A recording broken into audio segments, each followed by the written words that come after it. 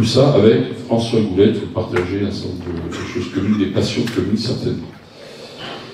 François Goulette et Bruno Dufay se sont investis dans le projet Théard de Chardin, dont, très bonne surprise, Catherine Larieux est directrice adjointe, la tutélaire, voilà. Voilà, donc une sommité ici. Donc, dont vous parlerez, enfin, les deux intervenants vous parleront, et Catherine si tu veux, du centre Théard de Chardin. Alors, comment ça va se dérouler? Une première intervention de Christine Bouvet, on s'est dit qu'on ne pouvait pas ne pas placer ce sujet-là sous l'angle un peu d'Abib, on ne va pas non plus énormément développer, et de ce que dit le magistère de l'Église, mais ça va être très court.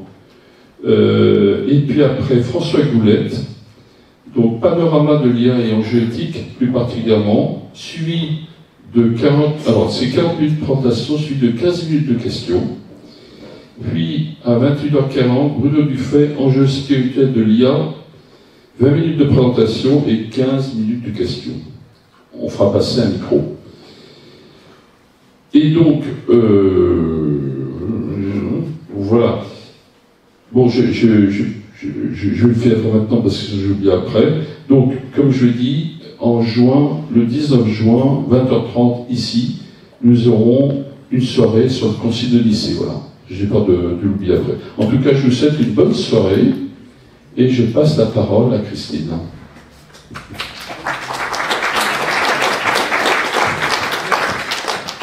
Rassurez-moi, je ne suis pas obligée de monter là-haut. Non, ça va. Si.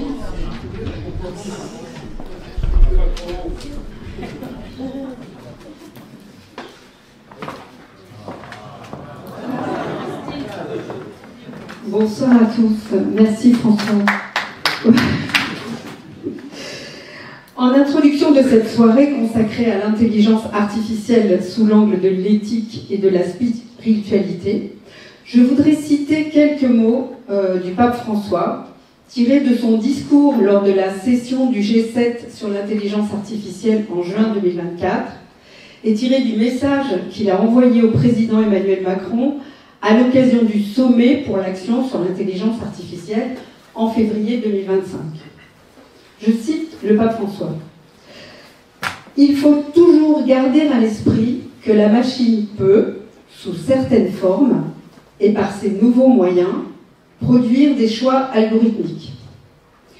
Ce que fait la machine est un choix technique entre plusieurs possibilités et se base soit sur des critères bien définis, soit sur des déductions statistiques. On a posé le cadre. L'être humain, quant à lui, non seulement choisit, mais dans son cœur, il est capable de décider. » Je ferme les parenthèses. La tradition chrétienne considère l'intelligence humaine comme un don de Dieu un don de Dieu qui a créé l'être humain à son image. Cela nous conduit à rechercher toutes les solutions pour garantir et protéger un espace de contrôle humain significatif sur le processus de choix des programmes d'intelligence artificielle.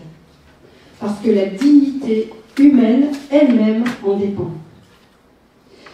Il est essentiel, demande le pape François, que chaque nation puisse trouver dans l'intelligence artificielle un instrument, d'une part, de développement et de lutte contre la pauvreté, et d'autre part, de protection des cultures et des langues locales. Je ne suis pas sûre que ce soit le chemin que prend l'intelligence artificielle en ce moment. Il continue.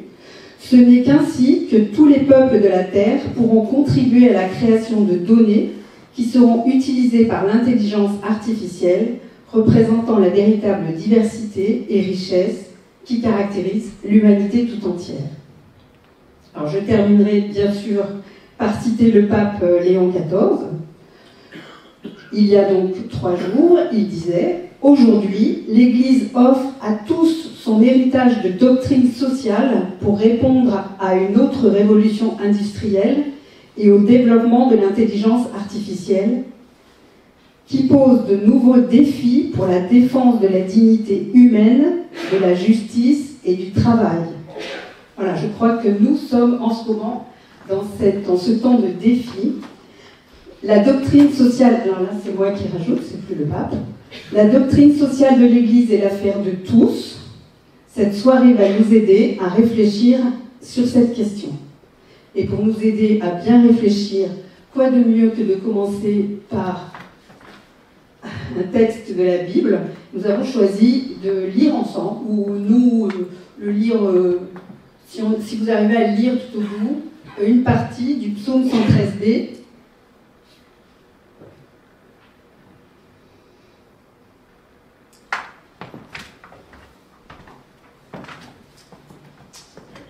Notre Dieu, il est au ciel, tout ce qu'il veut, il le fait. Leurs idoles, or et argent, ouvrage de mains humaines. Elles ont une bouche qui ne parle pas, des yeux et ne voient pas, des oreilles et n'entendent pas, des narines et ne sentent pas. Leurs mains ne peuvent toucher, leurs pieds ne peuvent marcher, pas un son ne sort de leur gosier. Qu'ils deviennent comme elles, tous ceux qui les font, ceux qui mettent leur foi en elles. Le ciel, c'est le ciel du Seigneur. Aux hommes, il a donné la terre. Les morts ne louent pas leur Seigneur, ni ceux qui les entendent au silence. Nous, les vivants, bénissons le Seigneur, maintenant et pour les siècles des siècles. Et bien sûr, je laisse la parole aux personnes que vous êtes vraiment venues entendre.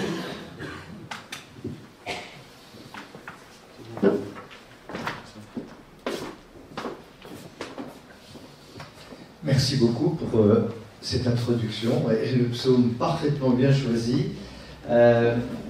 Donc je voulais dire juste 2 mots sur le Centre Teilhard de Chardin, parce qu'on cite ce nom, vous voyez le logo ici, et peut-être certains d'entre vous ignorent tout à fait de quoi il s'agit.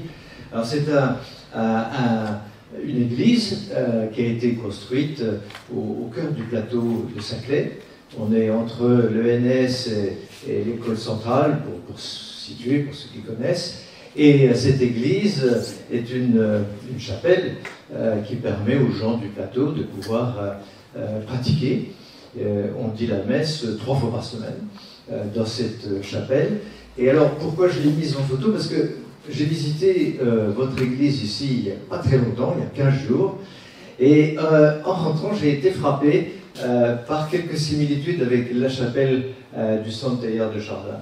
Les tons, les couleurs, les formes, on est dans des formes extrêmement arrondies, mais également l'atmosphère, l'ambiance, le mobilier extrêmement épuré, très beau. Donc je vous invite à y faire un petit tour, c'est pas très loin, vous disiez 15 km, donc ça vaut la peine. Venez nous rencontrer en semaine, le week-end, la messe du dimanche soir par exemple, et vous trouverez donc sur la table au fond des petites brochures de présentation du centre. Parce que je ne vais pas détailler tout, mais c'est un lieu de culte, mais également un lieu de rencontre. Et notre mission, c'est de faire des liens, d'aider les dialogues entre les scientifiques, les philosophes, les religions, les sciences humaines en général. Donc on sent bien que beaucoup de gens travaillent et puis il n'y a pas beaucoup de communication entre ces différentes disciplines. Donc nous, notre mission, confiée par les jésuites et les évêques d'Île-de-France, donc vous êtes les bienvenus puisque vous êtes du diocèse de Versailles, qui a contribué au financement de ce magnifique projet. Donc voilà, c'est deux choses, à la fois un lieu pastoral et puis de l'autre côté un lieu plus intellectuel. Nous faisons des conférences, nous animons des groupes de réflexion pour travailler des sujets qui sont justement aux frontières ou qui relient des choses qui habituellement ne sont pas liées, comme intelligence artificielle et spiritualité. Vous ne trouverez pas beaucoup de conférences sur ce sujet. Et l'écologie, vous êtes plusieurs ici à aimer ce sujet, l'écologie vue à travers les différentes religions. Donc on essaye d'avoir des angles qui sont un petit peu nouveaux, et c'est ça un peu notre marque de fabrique. Donc voilà, venez nous voir, et vous verrez sur la table les prochains événements qui auront lieu. Certainement, il y en a un ou deux qui vous intéressent. Voilà, merci.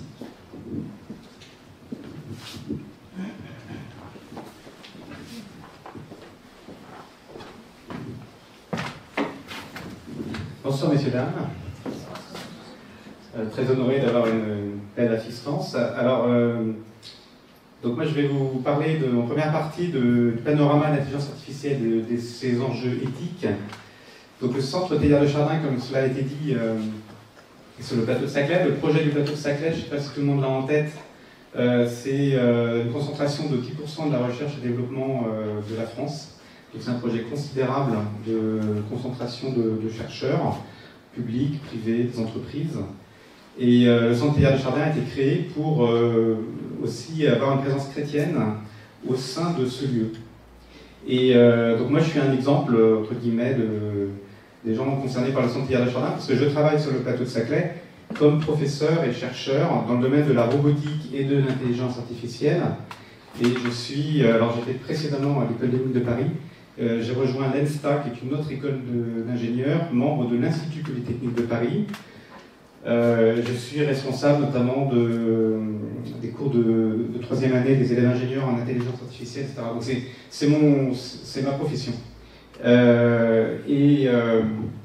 Par ailleurs, je suis intéressé strictement par rapport à ma profession aux enjeux éthiques de l'intelligence artificielle, bien que moi-même j'ai un profil scientifique, informatique, technique. Les enjeux éthiques, c'est plutôt les sciences humaines et sociales. Donc c'est de la pluridisciplinarité, c'est compliqué, c'est rare d'avoir des profils des gens qui s'intéressent à tous ces aspects-là. On a des gens des sciences humaines et sociales qui ne connaissent pas forcément les techniques. On a des gens des techniques qui ne connaissent pas forcément ces sciences-là. Mais j'ai estimé à un moment que c'était important de former nos élèves, nos futurs ingénieurs à ces aspects-là. Et donc j'ai creusé cet aspect. Et ensuite, comme il y a le centre Teilhard de Chardin, je fais partie d'un groupe de travail sur l'intelligence artificielle où également présent Bruno Dufay, il y a une dizaine, une quinzaine de personnes. Nous travaillons ensemble sur ces questions-là. Alors maintenant, l'idée de ma présentation, c'est de vous expliquer un petit peu ce que c'est que l'intelligence artificielle. Alors, c'est difficile pour moi vous êtes un public que je ne connais pas bien et avec certaines personnes peut-être qui n'ont pas beaucoup de connaissances en informatique et d'autres qui peuvent être des experts. Donc je vais essayer de faire simple et de ne pas faire non plus trop simple. Et on aura de toute façon un temps de questions. Alors, je vais d'abord vous expliquer un petit peu ce que c'est que l'intelligence artificielle, qui est une révolution que je qualifierais d'ancienne. Cela peut vous surprendre, est toujours en cours. Pourquoi je dirais que c'est une révolution ancienne? Avec trois sous-parties que vous allez voir. Pourquoi je dirais que c'est ancien? Parce qu'en fait, les origines de l'intelligence artificielle ont déjà 75 ans, messieurs, dames. Si vous en avez entendu parler avec ChatGPT il y a 2 ans, peut-être pour certains d'entre vous, vous êtes sensibilisés à ça, ça fait 75 ans que, pour faire simple, on parle de l'intelligence artificielle. Le terme lui-même a été inventé en 1956, mais la notion qui était une quête, en fait, une quête scientifique, on peut dire, c'est la quête lancée par Alan Turing, qui était un informaticien anglais, de faire des machines qui pensent. Voilà.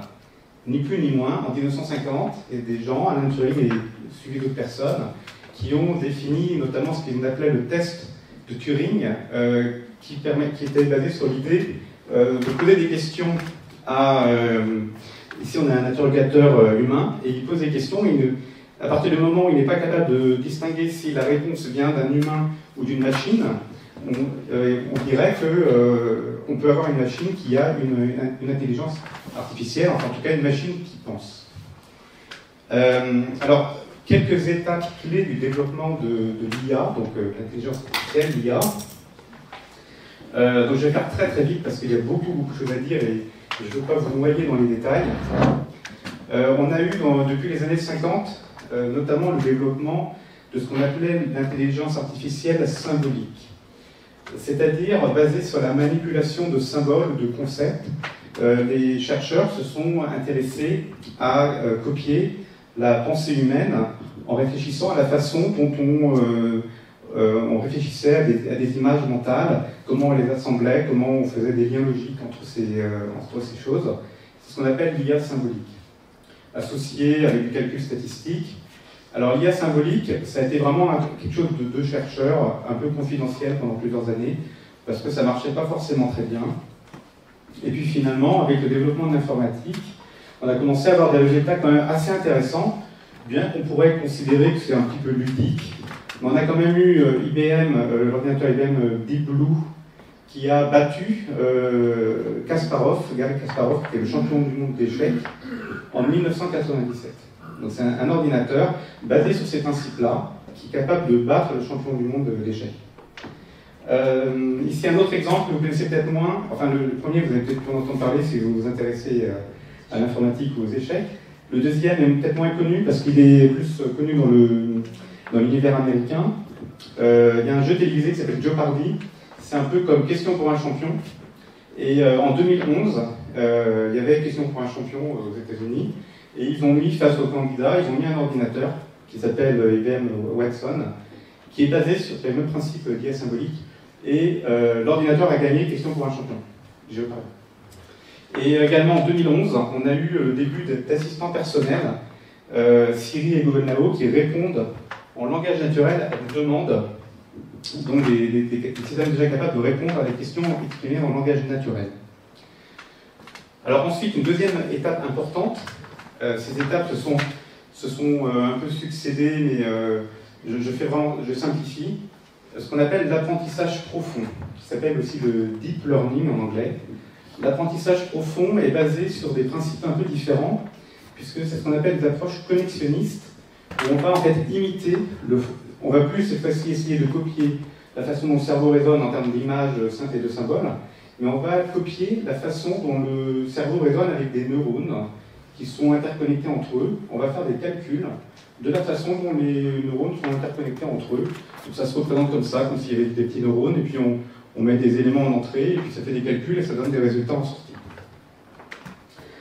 Et en fait, le deep learning, le principe des approches connexionnistes ont été mis en place dès le début de l'intelligence artificielle, mais dans les années 50, ça ne marchait absolument pas parce qu'il manquait plein de choses. Mais dans les années 2000, et notamment en 1997, avec un article important de Yann Lequin, on a vu des résultats qui ont commencé à porter leurs fruits, et notamment, alors ça peut sembler là aussi ludique, mais c'est un résultat très important, on a été capable de faire des systèmes qui reconnaissent, qui ont distingué par exemple des images de chats et de chiens uniquement par apprentissage. C'est-à-dire que on va dire, on met en entrée de ces systèmes une image de chat avec les petites, ce qu'on appelle les pixels, les couleurs de l'image. On les met dans une moulinette un petit peu comme ça. Et puis à la fin, on lui dit, si c'est une image de chat, on lui dit ça c'est un chat. Si c'est une image de chien, on lui dit ça c'est un chien. On met plusieurs milliers d'images et le système va apprendre tout seul à donner ensuite la bonne réponse. C'est ce qu'on appelle le deep learning. Et de façon assez stupéfiante, on a vu un système basé sur le deep learning qui a battu le champion du monde de jeu de Go en 2016. Là aussi, c'est un exemple un peu ludique. On va dire, il y a quelque chose, les chercheurs on peut s'amuser avec des chats et des chiens, des échecs et des jeux de Go. Mais c'était complètement stupéfiant parce que quand on avait eu les premiers ordinateurs qui avaient battu Garry Kasparov aux échecs, on avait dit la complexité du jeu de Go est des milliards de fois supérieure à celle du jeu d'échecs. Il va falloir des dizaines d'années avant de réussir à cet exploit. Et en fait, ça s'est fait extrêmement rapidement après cette première victoire. Et alors, une troisième étape clé qu'il faut absolument citer maintenant, c'est l'IA, ce qu'on appelle l'IA générative. L'IA générative, en fait, c'est par exemple ChatGPT, voilà, tout le monde connaît ChatGPT maintenant, ou le chat de Mistral AI, pour ceux qui préfèrent, ou d'autres équivalents. L'IA générative, c'est des principes comme l'IA connexionniste, c'est basé sur le même type de fonctionnement de ces réseaux de neurones profonds, mais avec un certain nombre d'éléments supplémentaires qui font que ces systèmes peuvent créer des images, des vidéos, du texte, et ils sont basés sur ce qu'on appelle des grands modèles de langage. Ils vont apprendre en fait des textes, on va leur donner des bases de données de textes sur Internet, sur des journaux, des choses comme ça. Et ils vont être capables ensuite de générer donc, des vidéos du texte et de répondre à des questions. Alors, ChatGPT, ça a été vraiment une révolution, une prise de conscience grand public, parce qu'en fait, les principes existaient déjà depuis quelques années. Et quelques exemples illustratifs. En 2023, ChatGPT passe l'examen du barreau aux États-Unis. C'est-à-dire, si vous êtes avocat, vous voulez devenir avocat, vous mettez une petite oreillette pour voir les réponses dans votre oreille, vous allez passer l'examen du barreau, avec ChatGPT, vous glissez les réponses, et vous êtes sûr de passer le barreau. ChatGPT a passé le barreau. C'était quand même autrement plus compliqué que de gagner aux échecs. Enfin, pour Kasparov, c'est pas simple, mais c'est un certain niveau. Et puis alors, on a vu cette image aussi que j'ai mise en illustration, avec un autre système qui s'appelle Midjourney, qui est un logiciel de type IA générative, qui crée des images bidons, des images fake, des fausses images. Le pape François en doudoune blanche, cette image, le pape François n'a jamais porté cette doudoune, et ça a été créé. Voilà un peu des étapes importantes du point de vue technique. Alors, donc une révolution ancienne, mais qui n'est pas terminée. Si vous vous dites, qu'est-ce que ça va vite, j'ai du mal à suivre, j'ai une mauvaise nouvelle pour vous, c'est que c'est pas terminé. Et je suis incapable de vous prédire, moi et quiconque d'autre, ce qui va se passer, et ça va à une telle vitesse que l'an prochain, il y aura encore plein de trucs nouveaux, dans 2 ans aussi, etc. En revanche, qu'est-ce qu'on peut dire ? On est parti il y a 75 ans d'une quête de machines qui pensent.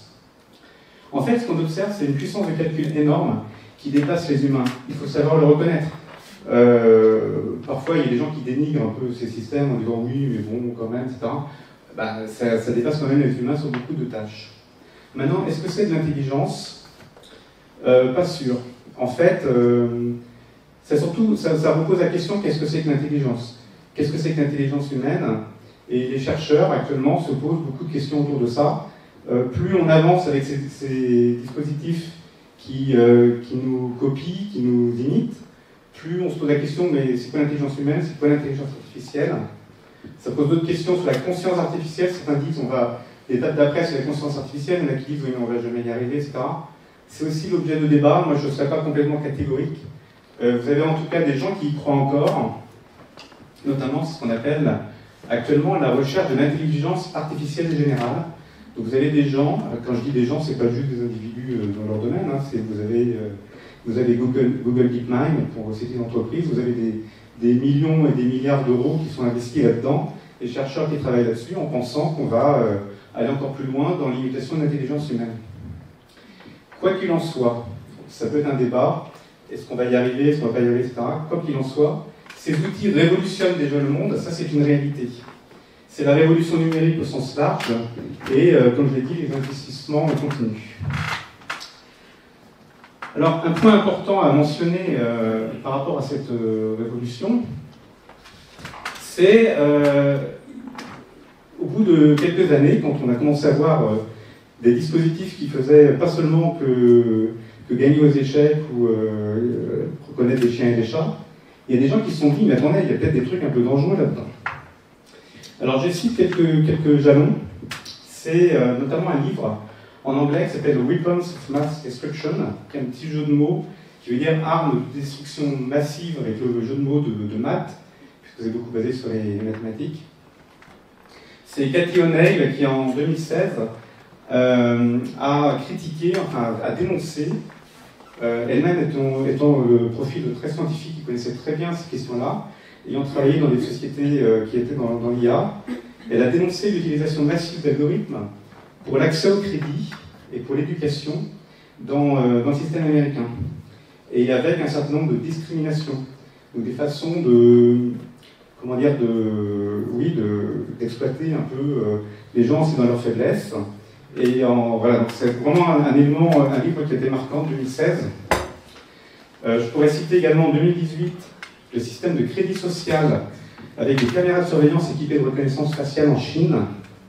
En 2018, c'est une date, en fait, c'est une date jalon, mais ils avaient commencé à travailler là-dessus avant et ils ont continué encore après. C'est des systèmes où on va distinguer si vous êtes un bon citoyen ou un mauvais citoyen. Donc si vous êtes un mauvais citoyen, c'est-à-dire si vous traversez au feu rouge, vous faites des excès de vitesse, etc., on va vous donner un mauvais crédit social, et comme ça vous paierez plus cher vos impôts, vous paierez plus cher un certain nombre de choses, basé sur la reconnaissance faciale. Donc ça c'est quand même assez alarmant. Un autre exemple que je donne, alors c'est pas directement de l'IA, mais c'est quand même lié. Un scandale en France d'évaluation de biologie, fuite de données médicales de 500 000 patients en France. 500 000 patients ont leurs données médicales qui sont parties. Pourquoi je le cite? C'est pas directement de l'IA, mais l'IA se nourrit de ces grandes bases de données, de l'accès aux informations et aux informations personnelles, et se pose la question de la cybersécurité, qui n'est pas directement liée à l'IA, mais quand même, à mon sens, complètement associée. Et puis, encore quelques exemples que je voudrais donner sur les inquiétudes qui se lèvent. Et je ne prends que quelques exemples, parce qu'en fait, on pourra peut-être en parler aussi au moment des questions. Vous pourrez avoir plein d'autres exemples, et j'ai vraiment fait une liste limitative, et pour ne pas vous noyer. 2015, Facebook et Cambridge Analytica ont influencé les votes aux États-Unis. Donc, ils ont été utilisés, c'était la campagne de Donald Trump de la précédente, qui a été pour son premier mandat. Cambridge Analytica était une société qui avait travaillé en lien avec Facebook, qui faisait du profilage selon vos profils Facebook, donc ils avaient fait en fait du ciblage en fonction des électeurs possibles pour leur envoyer des informations pour influencer le vote. En tout cas, ça a été établi qu'il y avait eu ce scandale. Dans un domaine, donc ça c'est des risques par rapport à la démocratie. Dans un domaine assez différent, des drones kamikazes. Donc c'est des drones, c'est des systèmes autonomes qui peuvent aller tuer en se jetant sur leur cible. Et donc techniquement, ces dispositifs étaient faisables depuis déjà quelques années. En 2021, on a eu des éléments qui ont permis d'établir qu'ils avaient été utilisés par l'armée turque en Libye. Ce qui pose un certain nombre de questions sur l'utilisation des armes dans les conflits, des systèmes autonomes dans les conflits. Et puis un dernier exemple que je voudrais citer, 2023. Je ne sais pas si vous vous rappelez, en 2023, il y a eu l'été des émeutes urbaines en France, absolument incroyable, le pays s'est embrasé. Alors vous allez me dire quel est le rapport avec l'intelligence artificielle? Eh bien, c'est qu'il y a un rapport du Sénat qui a établi en 2024 que ces émeutes ont été exacerbées par les réseaux sociaux. Donc même si tous les petits jeunes qui sont allés casser partout, enfin les petits jeunes, ou pas que les petits jeunes, mais bon, les gens qui ont participé à ces émeutes, il y avait des profils complètement incroyables de gens qui n'avaient jamais fait d'exactions précédemment. Eh bien, ils étaient influencés par le fait qu'ils utilisaient Instagram, Twitter, je ne sais pas quelle application, avec incitation, en fait, et par leur réseau, avec leurs amis, etc. Donc il y a eu un effet d'exacerbation lié aux réseaux sociaux. Alors, ça c'était l'aspect technique, j'ai surveillé le temps qui m'est imparti, parce que maintenant je voudrais vous parler des enjeux éthiques. Alors, un certain nombre de questions qui se posent. Faut-il réguler l'IA, les enjeux de la réflexion éthique et des questions sur une éthique opérationnelle de l'IA. Alors, je vais vous parler d'éthique et je commence par vous parler de régulation. Alors, c'est pas tout à fait la même chose, mais à mon sens, c'est lié. Et là, je voudrais vous donner un élément d'information important si vous n'êtes pas complètement familier avec ce domaine. C'est que l'intelligence artificielle est liée au développement de la technologie numérique dans les années 60 aux États-Unis notamment, avec ce qu'on appelle la contre-culture américaine des années 60, qui était essentiellement libertaire. Libertaire, c'est-à-dire on veut avoir le droit de faire tout ce qu'on veut, on ne veut pas de loi, etc.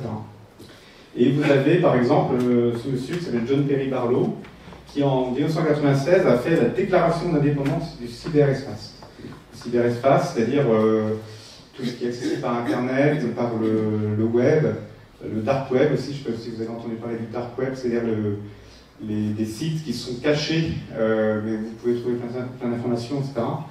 Donc il y a des gens qui revendiquent le fait qu'on puisse faire ce qu'on veut sur ces endroits-là, donc la déclaration d'indépendance du cyberespace. Vous avez un autre mouvement, je ne sais pas si vous le connaissez, qui s'appelle le mouvement des Anonymous. Ce sont des gens, alors c'est assez curieux, c'est un mouvement dans lequel personne ne sait qui est un autre Anonymous. Et ils ont parfois des manifestations publiques. Ils portent tous ce masque qui fait une référence à un élément de la culture anglaise. Et ce sont des gens qui sont actifs sur le web, qui sont là pour faire des actions sur le web. Alors il y a un mélange de régulation, d'autorégulation. C'est-à-dire, indépendance, ça ne veut pas forcément dire qu'on fait tout n'importe quoi, parce qu'il y a une sorte d'autorégulation. Enfin voilà, c'est des mouvements, en tout cas c'est la culture libertaire. Alors c'est important de connaître ça, parce qu'il y a des gens qui considèrent qu'il ne faut pas réguler l'IA. Non, surtout pas, laissez-nous tranquilles, on a réussi à faire tous ces nouveaux outils, etc. Alors, je pense qu'il faut l'avoir en tête, en même temps c'est à mon sens un faux débat, parce que personne n'est à l'abri des lois.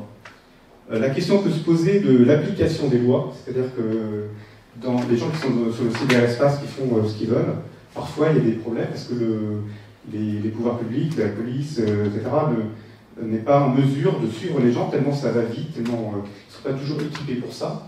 Donc ça, c'est la question de l'application des lois, mais les lois existent. Et donc c'est un peu un faux débat de dire ce qu'il faut réguler. Pardon. J'ai besoin d'aide pour passer le... Non, c'est bon.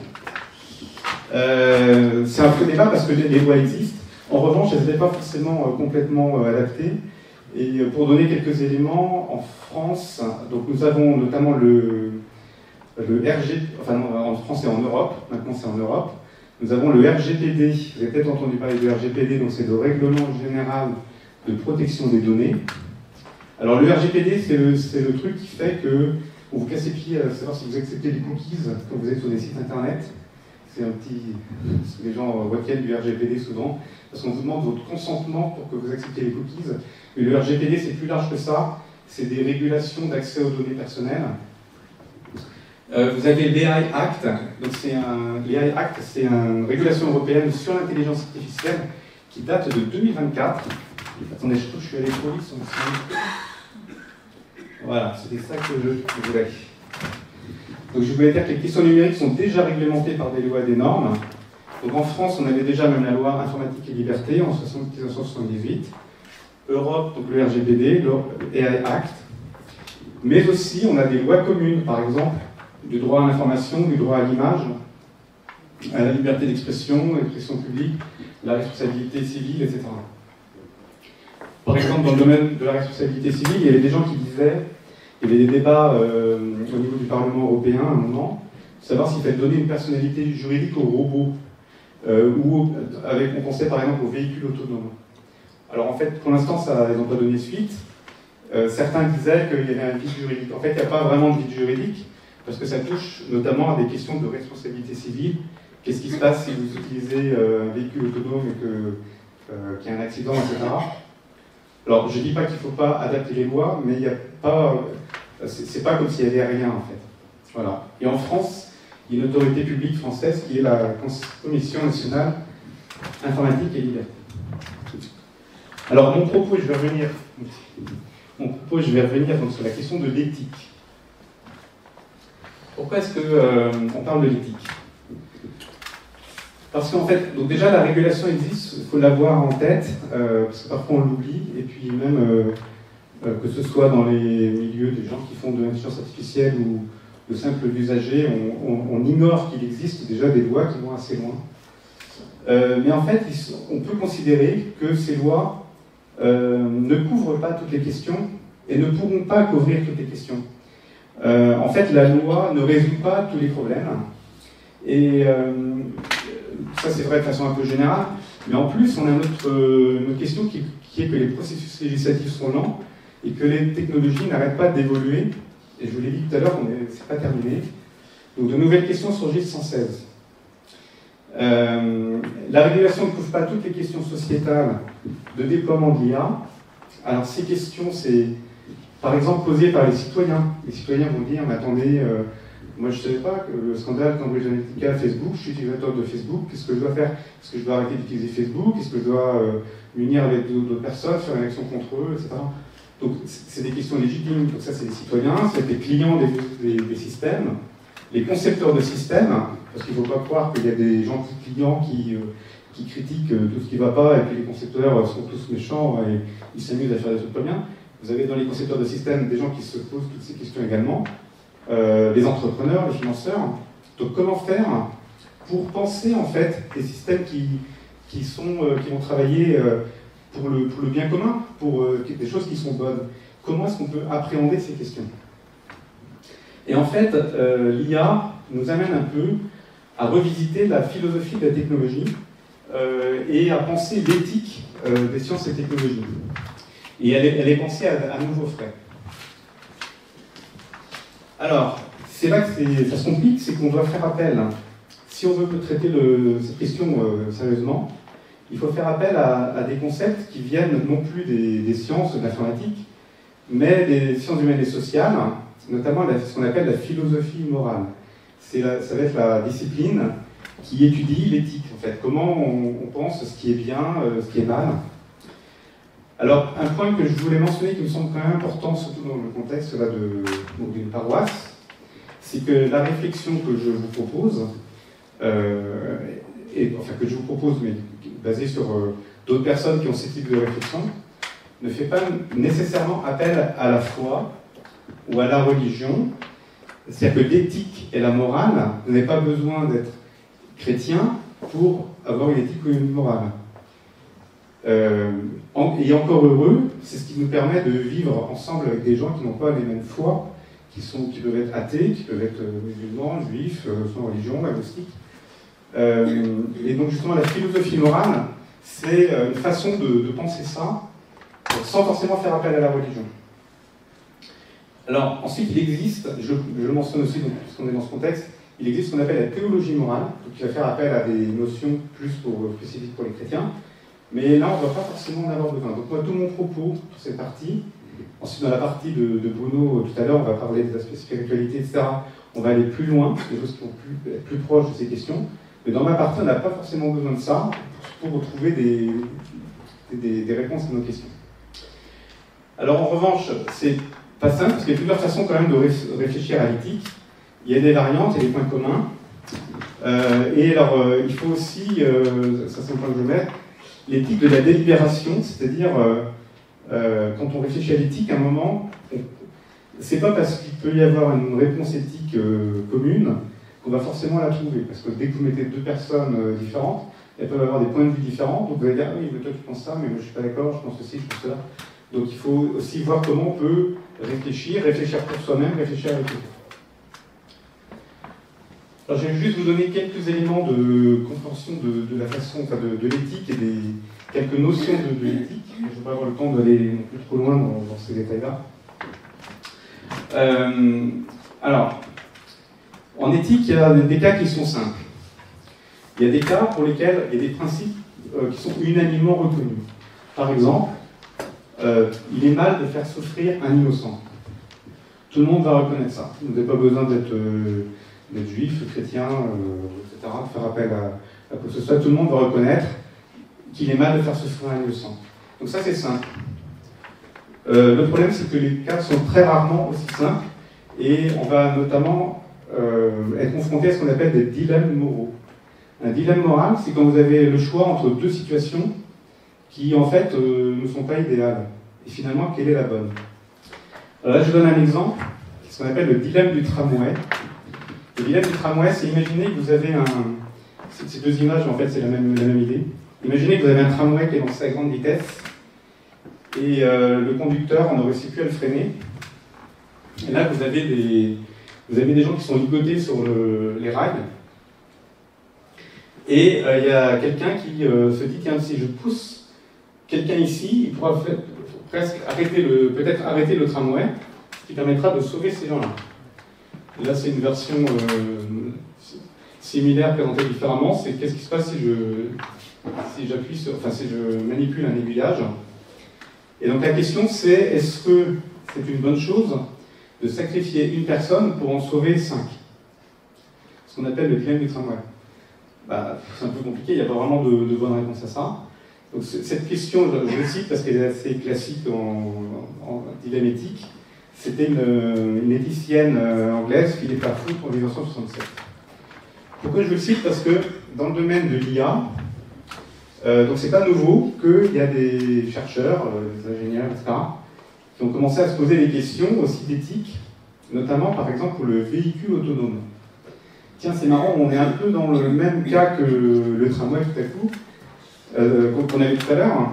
Mais imaginez que vous ayez un véhicule et vous programmez un véhicule autonome et vous devez programmer ce qu'il va faire dans certaines situations. Et là, vous imaginez qu'il y a une situation où le véhicule risque d'aller face à un mur et de tuer les 2 passagers. Et qu'est-ce qui se passe si vous le programmez? Il faut qu'il tourne, sachant que vous avez ici des gens qui passent, et ça va sauver les 2 passagers, mais ça tuerait ces personnes-là. Alors, je cite cet exemple parce que c'est un exemple assez connu qui s'appelle les machines morales du MIT. Donc MIT qui est une université américaine assez connue. On l'a cité tout à l'heure parce que j'ai eu la chance d'aller travailler là-bas quelques années, moi-même. Ils ont développé ce système des machines morales, mais alors ils l'ont fait de façon, j'ai trouvé un petit peu étonnante. Parce qu'en fait, au lieu de traiter sous un angle éthique et on va essayer de répondre à la question, ils ont fait une interface web qui existe toujours. Vous avez le lien, vous pouvez chercher sur Internet si ça vous amuse, ça existe toujours. Et ils ont demandé à des gens dans le monde entier de répondre à la question dans plein de cas de figure. Par exemple, ici, c'est une femme médecin et un homme âgé.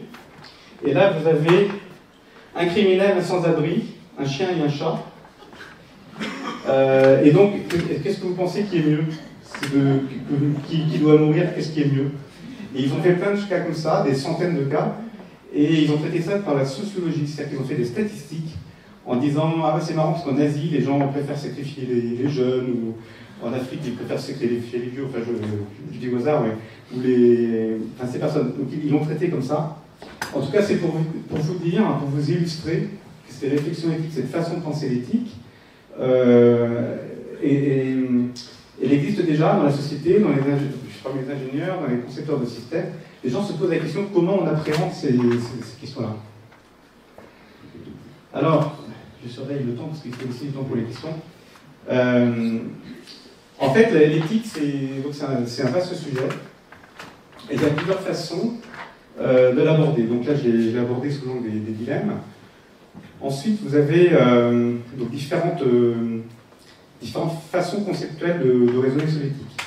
Alors, vous en avez une que je veux citer parce que je la trouve toujours un peu étonnante, mais pourtant elle existe. Ce qu'on appelle l'éthique des vertus. L'éthique des vertus, elle consiste, dans une délibération éthique, elle consiste à se poser la question qui parle pour savoir si vous lui donnez du crédit. En gros, l'éthique des vertus, pour faire simple, c'est si vous interrogez Mère Teresa ou Adolf Hitler, qui c'est que vous allez plutôt écouter? Parce que vous allez accorder plus de crédit, alors ça dépend peut-être de la question, etc. Alors ça peut surprendre parce que par exemple pour des aspects techniques, vous allez dire il faut interroger d'abord des gens qui connaissent la réponse à la question.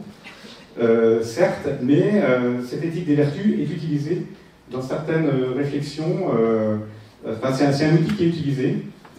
Alors elle peut permettre par exemple dans des réflexions sur qu'est-ce qui est bien, qu'est-ce qui n'est pas bien, sur l'utilisation de l'intelligence artificielle, pour revenir sur cet exemple, qui va être très vaste, identifier si vous avez des conflits d'intérêts, si vous avez de la cupidité chez les gens, etc.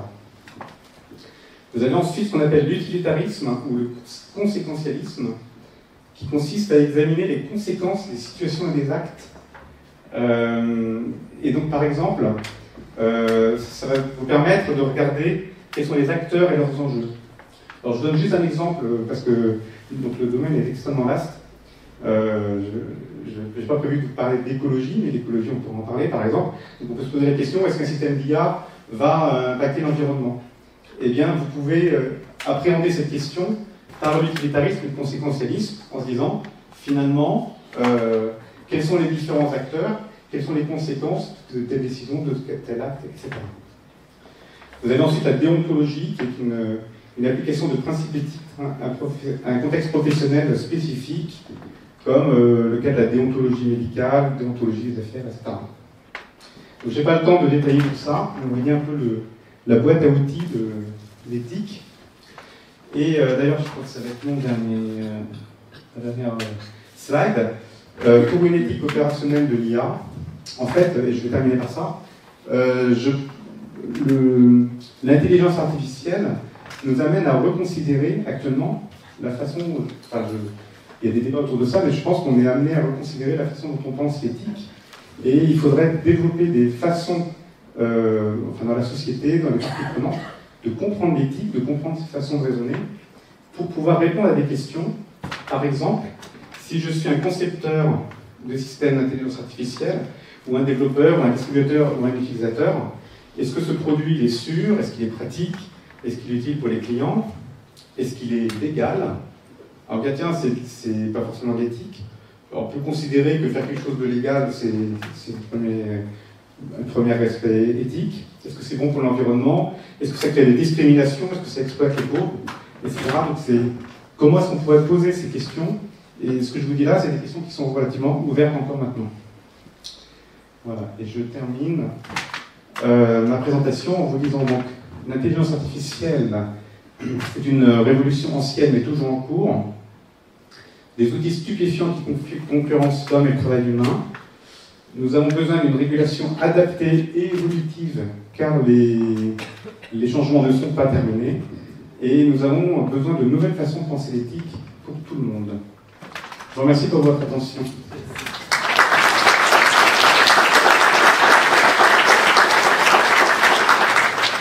Nous avons 10 minutes pour poser des questions. Donc j'aurais une question. Je ne peux pas demander à l'intelligence artificielle sur justement des populations en masse. C'est parce qu'il est. Je crois que tu l'as éteint, François, tout à l'heure. Non, c'est bon. Est-ce qu'on ne pourrait pas utiliser justement l'intelligence artificielle pour trouver une éthique? Question un peu bateau. Alors, pour l'instant, en tout cas, on n'a pas la conscience artificielle. Donc, la réponse à cette question dépendra de qui vous la demandez, parce qu'il y a des gens qui pensent. Alors, actuellement, non, pas d'accord. Mais il y a des gens qui pensent qu'un jour, on fera une conscience artificielle et que donc un jour, ce sera possible de répondre à cette question. Mais ce n'est pas le cas de tout le monde.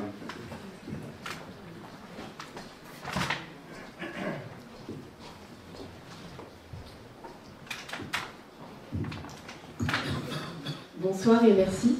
Je me demandais si vous auriez des conseils à nous partager pour continuer d'exercer notre discernement face à l'IA qui prend de plus en plus de puissance, avec des contenus qui sont générés automatiquement, que ce soit du texte, des vidéos, des images, notamment je pense au deepfake où on va venir mettre des visages sur des corps qui, voilà, on peut fabriquer plein de choses.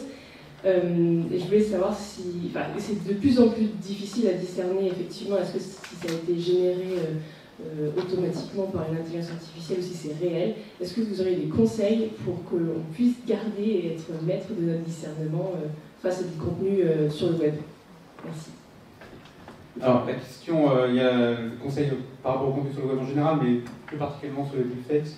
Alors tout ce qui est génération de contenu faux, à mon sens, c'est un vrai problème pour lequel individuellement les gens vont être complètement démunis. Il va falloir des régulations, à mon avis, extrêmement fortes pour l'interdire, parce qu'en fait, on va toucher à la confiance que les gens ont par rapport à l'information. Moi, j'ai vu une analogie qui m'a semblé assez intéressante dans le domaine économique avec la monnaie. Quand vous avez de la fausse monnaie qui circule, parce qu'il y a beaucoup de fausses monnaies, l'économie s'effondre parce qu'il n'y a plus la confiance sur la valeur d'une pièce de monnaie, la valeur d'un billet. C'est ce qui risque de se passer avec le développement des deepfakes. Donc moi, la réponse c'est individuellement, on est un peu démunis, mais je pense qu'on va voir arriver des régulations fortes pour contrer ce problème. Et alors d'un point de vue technique, parce que la question se pose comment on détecte les deepfakes, donc il y a des gens qui travaillent là-dessus, il y a des moyens de le faire actuellement, des outils qui sont développés, qui permettent de prendre une image et dire ah, celle-là, ça ressemble à un faux, qui est indiscernable pour un humain, mais une machine pourrait le détecter. Je peux ajouter J'ajoute un petit élément parce qu'on fait beaucoup d'interventions dans les écoles et évidemment les profs sont paniqués face à tout ça et ils nous posent toujours cette question. Et il y a un vrai enseignement du sens critique. Et le sens critique pour nos élèves, pour nos enfants, mais pour nous-mêmes, il faut vraiment se poser la question, qu'est-ce que ça veut dire avoir le sens critique? Ça veut dire être capable de mettre en doute quelque chose, le temps de vérifier les sources, le temps de vérifier avec d'autres spécialistes, humains ou pas, mais en tout cas, d'arriver à prendre de la hauteur par rapport à une information, donc il faut un peu de temps. Ça ne peut pas être instantané de dire oui, ça c'est bon, ça c'est pas bon. Donc le sens critique est ce qu'il faut développer dans les écoles, vous en êtes tous convaincus, mais les profs font une réflexion en ce moment. Et c'est pas très simple d'élever, d'éduquer les enfants au sens critique. Donc voilà, c'est un élément. Sans que ça soit... Voilà. J'ai une question ici. Bonjour, donc merci déjà pour la présentation. Donc si j'ai bien compris, normalement, vous avez surtout parlé de sens éthique en fait, de l'utilisation de l'IA. Et pour ce qui est de, on va dire, vu que les IA, en tout cas, dans ce que j'ai lu ou compris, sont entraînés. Et du coup, est-ce que je sais qu'on parle de faire des sets de données pour entraîner les IA pour qu'elles soient performantes ou quoi. Donc je me demande, est-ce qu'il y a des réflexions en fait autour des sets de données qu'on va donner entre guillemets à manger aux IA pour qu'elles apprennent. Est-ce qu'il y a des réflexions là-dessus, donc certifier des sets de données ou des choses comme ça, pour certifier éthiquement entre guillemets. Voilà, dans ce sens-là. Merci. Alors, la certification de sets de données en soi, je n'ai pas entendu parler. Alors, c'est évolue tellement vite, il y a tellement de choses que ça peut m'échapper aussi. En revanche, c'est un point sur lequel effectivement les gens sont vigilants, parce que les bases de données, donc il y a un aspect que je n'ai pas cité, c'est tout ce qui est biais et discrimination lié à l'apprentissage des données. Je trouvais un peu sur mon image aussi de début. Qui était un exemple que je n'ai pas cité non plus, je n'ai pas le temps. C'était un système pour la justice automatisée aux États-Unis qui était pour faciliter le rang de la justice. Et en fait, on voit que entre deux profils, un blanc qui avait déjà fait plein d'actions dangereuses et un noir qui avait fait un petit larcin mais beaucoup moins dangereux, lui il était classé à haut risque et l'autre était classé à bas risque. Donc ça c'est le problème des biais des bases de données. Et alors il y a un autre problème aussi sur les bases de données d'apprentissage. Au-delà de ça, c'est que toutes ces bases de données vont aussi un peu piller de la propriété intellectuelle. C'est encore une autre question et qui est importante parce que par exemple il y a des gens qui disent ouais c'est incroyable ce que fait ChatGPT, bah oui mais vous avez pillé des tas d'articles qui ont été rédigés par des humains qui ont passé beaucoup de temps à rédiger. Donc c'est pas que l'intelligence artificielle, il n'y a peut-être pas que les artificiels, il y a de l'humain qu'on a été prendre derrière aussi. Alors nous allons peut-être partir sur la deuxième partie. Si vous voulez des questions entre-temps, vous pouvez les poser à la fin. Ce n'est pas un problème. Ah, j'ai pas vu. Une dernière question avant de passer. La dernière question. Pas pour cette partie. Dernière chance. Mais je voulais savoir quel est l'apport du quantique dans l'intelligence artificielle et est-ce qu'il est déjà à 100% dans ChatGPT et tout ce qu'on a en disponible. Alors le quantique, c'est l'une des autres révolutions à venir. Je vous ai dit tout à l'heure qu'on ne savait pas encore ce qui se passerait l'année prochaine et dans 2 ans. Donc le quantique, c'est en train de venir. Le quantique, c'est pas opérationnel actuellement. Mais il y a tellement de gens qui y croient, qui pensent que c'est la prochaine révolution parce que ça va encore démultiplier les capacités de calcul. Il y a déjà de gros investissements, il y a déjà beaucoup de startups dans le monde, y compris en France, beaucoup de gens qui travaillent là-dessus, mais actuellement c'est pas opérationnel en fait. Je passe la parole à mon collègue. On va On va essayer de tenir à peu près le timing. Donc, je vais essayer de vous parler de l'intelligence artificielle sous l'angle de la spiritualité et de poser un certain nombre de questions au départ pour situer les choses. La première, ça y est, c'est en fait comment cette histoire impacte notre spiritualité. C'est pas évident de tout de suite dire, ben oui, je vois le lien entre l'intelligence artificielle d'un côté, spiritualité. C'est pas immédiat. Il faut un tout petit peu, un petit effort intellectuel pour le voir.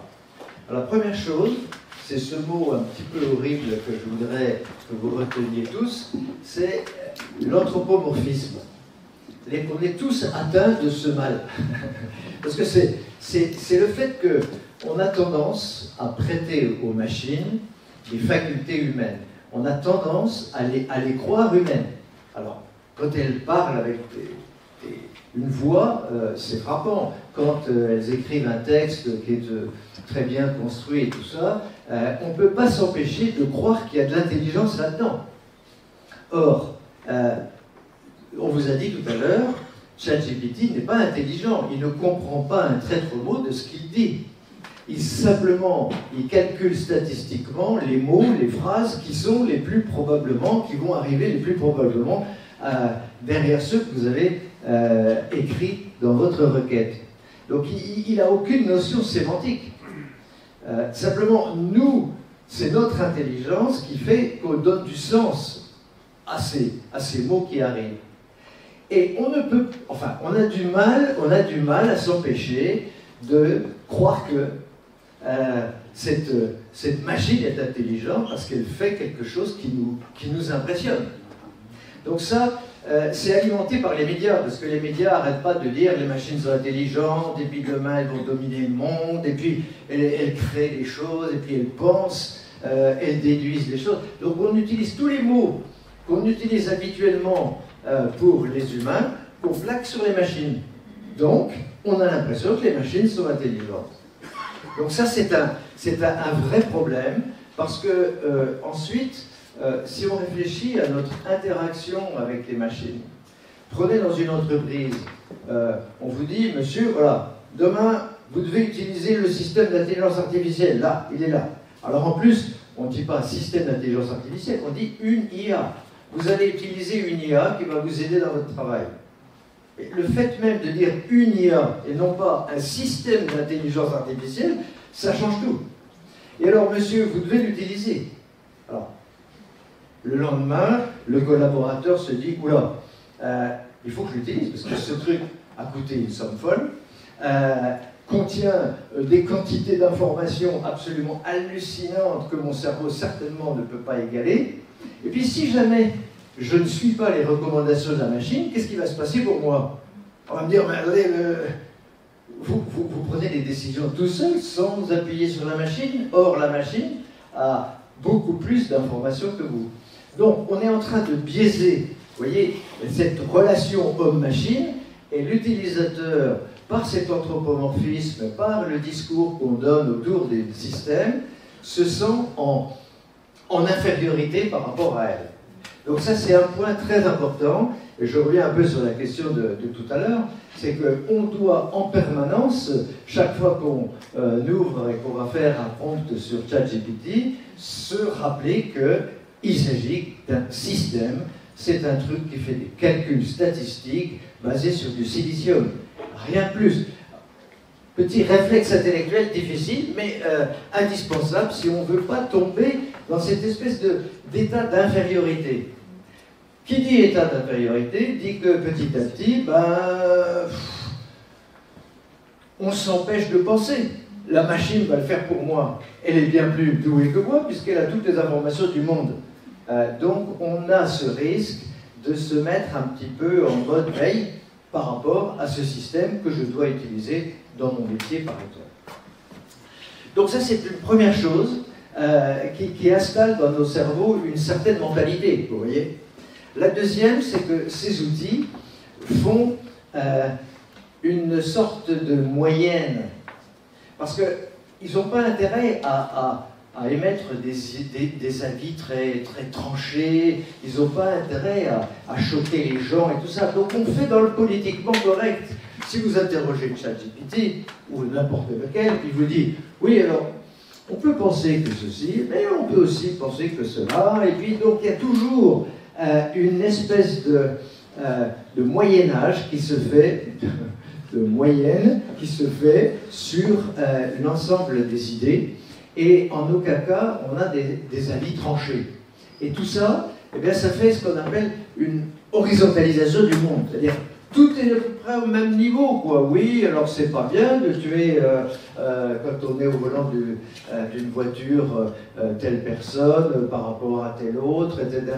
Évidemment, mais voilà, dans certaines circonstances, on va pouvoir le faire et tout. Donc, il y a, à chaque fois que vous interrogez ces systèmes, des filtres qui les empêchent d'avoir des positions tranchées, des filtres qui enlèvent les mots choquants ou qui pourraient choquer certains publics.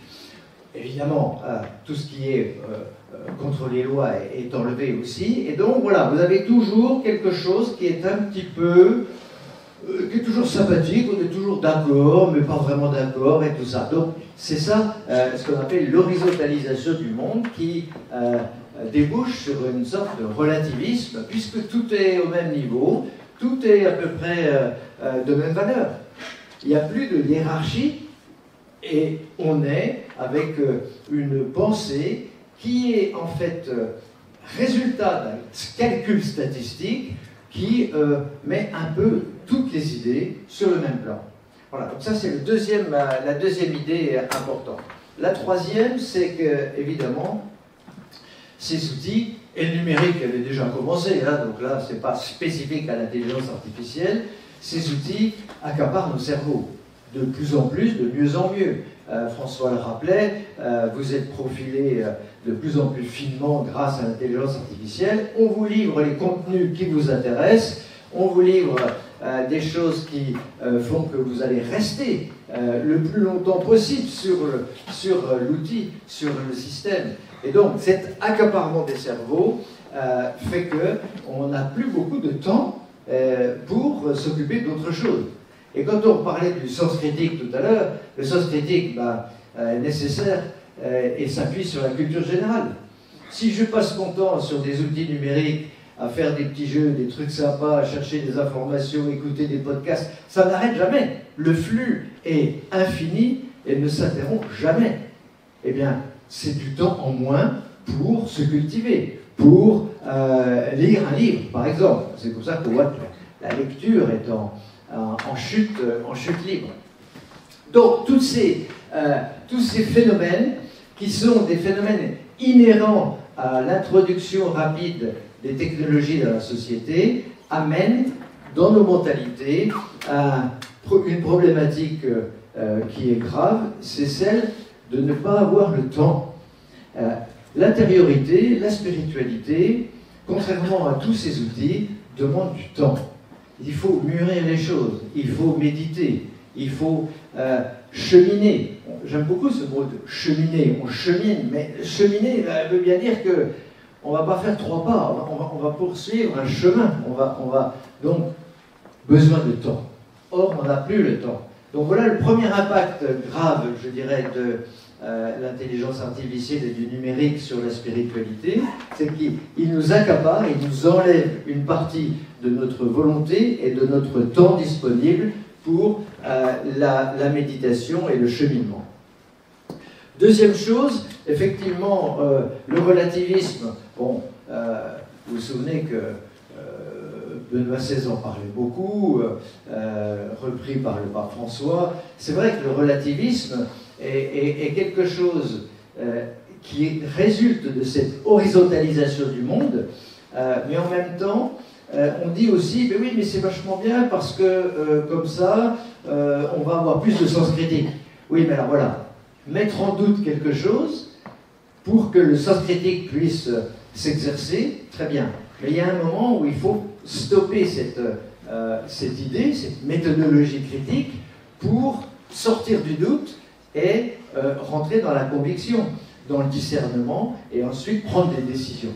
Donc c'est là où le besoin d'un référentiel, et pour les chrétiens, évidemment, nous avons la Bible qui nous donne ce référentiel, qui permet justement de pouvoir nourrir ce discernement et qui permet de sortir du doute, parce que le doute systématique, le doute devient relativisme, et à ce moment-là, on fait du surplace et on tombe en dépression. Enfin, je vais accélérer un petit peu. Donc, la machine, François a commencé à le dire, n'est pas neutre. On a vu le cas tout à l'heure des biais. On appelle biais donc quelque chose qui n'est pas intentionnel. C'est pas le programmeur qui a décidé que la personne noire par rapport à la personne blanche était... Non, c'est simplement le corpus d'apprentissage a fait qu'il n'est pas représentatif de tous les cas, et donc il va biaiser, sans qu'il y ait véritablement intention de... Donc on est avec des biais toujours qui peuvent être culturels, politiques, et à chaque fois qu'on est à utiliser une IA générative, il faut se dire il peut y avoir un biais. D'où l'importance d'aller utiliser une autre, d'aller consulter une personne, d'aller lire un livre, de façon à pouvoir recouper les informations. Cette approche, je vous ai dit, la partie non intentionnelle. Mais il peut y avoir aussi des parties tout à fait intentionnelles, c'est-à-dire que les grandes entreprises du numérique, les fameuses GAFAM, rejointes par OpenAI, etc., toutes ces grandes entreprises ont certaines idéologies et vont évidemment plutôt utiliser tel corpus d'apprentissage, mettre des filtres qui fait que les outils vont plutôt véhiculer une idéologie plutôt qu'une autre.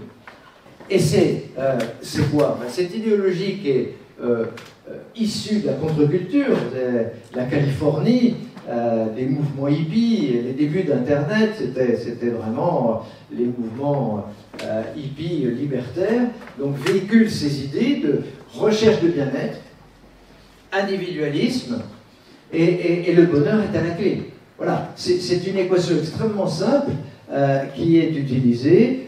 Si vous avez suffisamment de liberté pour faire ce que vous voulez quand vous voulez, si vous avez suffisamment de bonne santé et la capacité de faire vos choix personnels, alors le bonheur se trouve au bout du chemin. Donc c'est aussi simple que ça. Mais c'est ça qui est dans l'esprit des idéologues derrière les grandes entreprises, les GAFAM, pour ne pas les citer. Alors, je reviens un tout petit peu sur le débat des machines conscientes ou pas. Parce que, si vous voulez, on parle, je ne sais pas si vous avez lu cela déjà, des blessures narcissiques de l'être humain. Bon, alors, qu'est-ce que ça veut dire?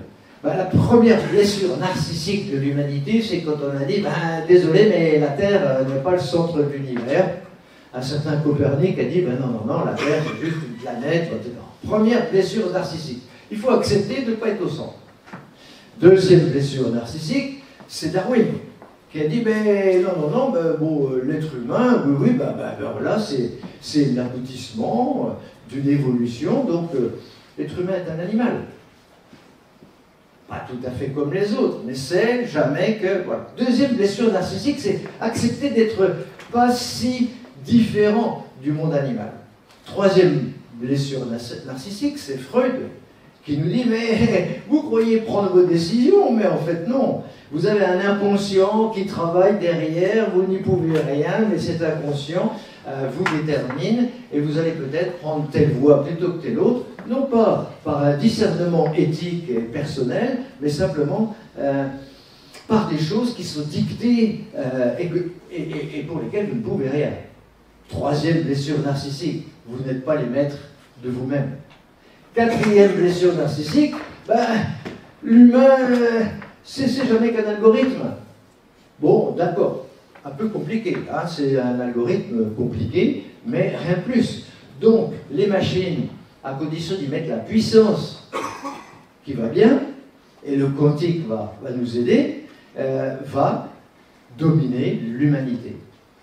Donc on est dans cette succession de blessures narcissiques pour se dire, mais après tout, bon ben, nous, mais qu'est-ce qu'on vaut?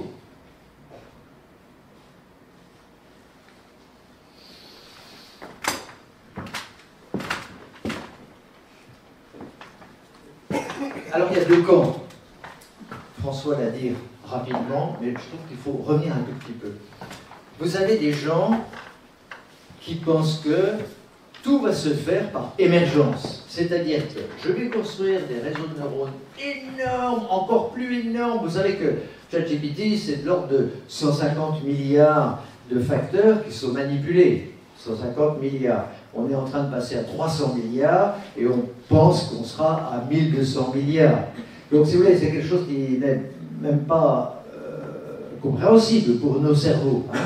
Eh bien, les outils, lorsqu'ils auront suffisamment grossi et seront suffisamment puissants, eh bien, va émerger de plus en plus d'intelligence, d'émotion, de conscience.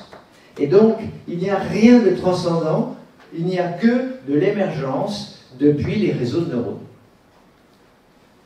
Ça, c'est une théorie.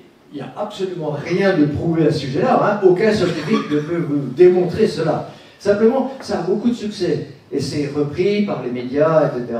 Bon, voilà, bon, allez, on y va dans la blessure narcissique, ça fait vendre des pages, et voilà. Mais il n'y a absolument rien de prouvé. On nous présente ça comme des certitudes. Ce n'est pas le cas. Et puis le deuxième camp, c'est de dire non, l'être humain n'est pas réductible à un ensemble de chiffres, de nombres. Donc l'être humain n'est pas un algorithme. Je fais partie de ce deuxième camp. Donc la suite ne va pas vous surprendre et je vais passer tout de suite à la position de l'Église. Donc on l'a rappelé tout à l'heure, en janvier 2025, donc il n'y a pas longtemps, il est sorti ce texte qui est en fait la synthèse de tout ce que le pape François avait dit dans les 2 dernières années sur l'intelligence artificielle. Il s'était exprimé à plusieurs reprises, et donc là, il y a un peu la synthèse. Et bon, vous avez les références, vous pourrez rechercher ça. Évidemment, le lien avec la doctrine sociale et l'encyclique Laudato Si est très fort. Vous pourrez vous en rendre compte si vous lisez le texte. Et alors, qu'est-ce qu'il y a là-dedans? Eh bien voilà, la première chose, exactement ce qu'on disait, refuser que la personne humaine soit réduite à des données. Son corps et son vécu sont indissociables de sa cognition. Ça veut dire quoi? Ben, ça veut dire qu'il faut se rappeler en permanence que nous sommes corps, âme, esprit. Nous ne sommes pas que corps, nous ne sommes pas que esprit, nous ne sommes pas que âme, nous sommes l'ensemble. L'un ne peut pas fonctionner tout seul. Vous savez, les gourous de l'intelligence artificielle et du post-humanisme rêvent d'une chose et travaillent sur une chose, c'est de télécharger leur intellect, leur psyché, dans le cloud sur des outils d'intelligence artificielle. Et ils imaginent que de cette manière, ils vont pouvoir être immortels. Puisque tant qu'on n'a pas débranché tous les ordinateurs, l'esprit va pouvoir continuer à fonctionner. Mais l'erreur, c'est pour ça que je suis d'un camp, le deuxième, comme je vous disais, l'erreur c'est de croire que l'esprit peut fonctionner tout seul, dans un coin, sans le corps. Ça n'est pas vrai. Ce n'est pas possible. Pourquoi? Eh bien, je crois qu'on peut faire une petite expérience toute simple. Si je parle à madame, on va échanger des regards, des mimiques, quelque chose qui n'est pas même dans la parole, qui est ce qu'on appelle, vous savez, dans l'entreprise, on parle souvent des signaux faibles. Mais je crois que, j'y crois beaucoup, moi, les signaux faibles, c'est quelque chose qui n'est pas clairement défini, scientifiquement défini par des chiffres et des algorithmes, c'est quelque chose qu'on ressent, c'est de l'ordre du ressenti.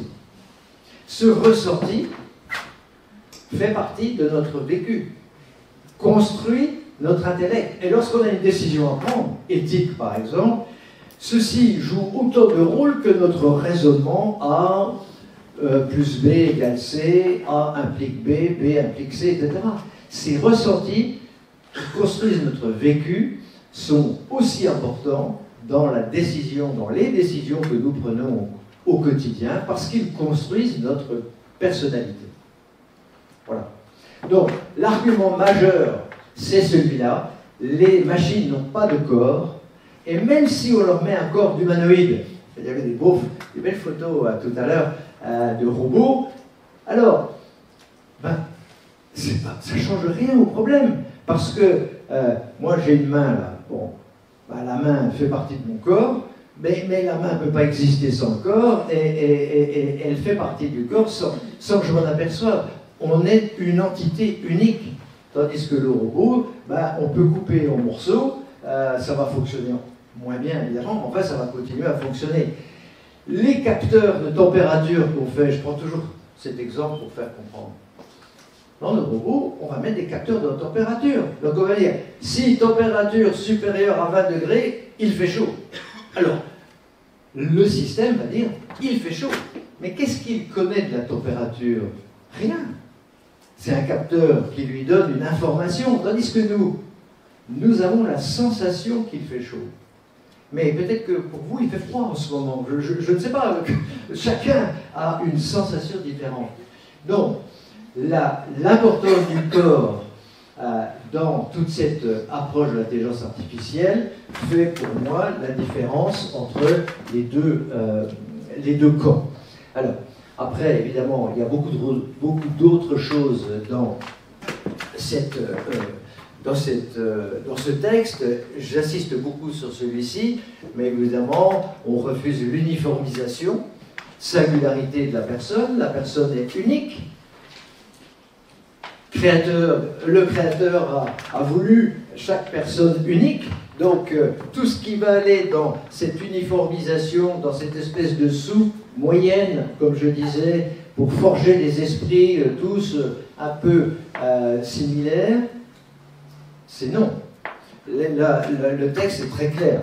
Et donc on a aujourd'hui dans ce texte toutes les bases pour la réflexion chrétienne, et on a tous les liens aussi avec les évangiles. Je vais prendre quand même 3 minutes pour ça. La première chose, je ne suis pas un grand exégète, mais en tout cas, l'incarnation et le cœur. Incarnation, c'est la chair. La chair, le corps, l'incarnation. Vous voyez à quel point les évangiles et la Bible sont absolument clairs. Le Verbe s'est fait chair. À partir de ce moment-là, on voit bien que tout ce qui est verbe, mais basé sur des statistiques, sans chair, ne peut pas être en concurrence avec un humain qui est chair et qui est enfant de Dieu. La deuxième chose, c'est que les gourous de l'intelligence artificielle sont des passionnés de technosolutionnisme. Alors, ce mot de technosolutionnisme, c'est en fait une sacralisation des technologies. C'est de penser que les technologies vont résoudre tous les problèmes du monde. 1. L'écologie. Bon, les humains ont fait que des âneries, il vaut mieux mettre des systèmes d'intelligence artificielle qui vont gérer les ressources, ça sera bien meilleur. On peut éradiquer la pauvreté, on peut éradiquer tous les problèmes de santé. Donc, ces gens-là sont absolument convaincus qu'à force de techno, on va éradiquer tous les problèmes du monde. Bon, ils oublient juste 2 choses. C'est qu'il y a du relationnel entre les personnes, et si on se bouffe le nez, et si on continue à se détester, on aura beau avoir tous les outils d'intelligence artificielle, la relation humaine reste centrale. Et deuxièmement, l'homme seul ne peut pas sortir de ces problématiques, entre guillemets, écologiques, relationnelles, santé, tout ce qu'on veut. Il faut la force de Dieu, il faut l'attirance de Dieu et en même temps l'amour de Dieu qui va infuser dans l'humanité pour que cet avenir soit possible. cet avenir idéalisé par les gourous de l'humanité. Mais ça, évidemment, ils l'ont tout à fait oublié. Voilà, donc ça, c'est des éléments qui sont très très proches du texte, mais qui ne sont pas cités directement dans le texte. C'est moi qui ai fait ces liens. Je vais terminer. Vous savez que donc, le centre, à Saclay, s'appelle Centre Teilhard de Chardin. Qui est Teilhard de Chardin?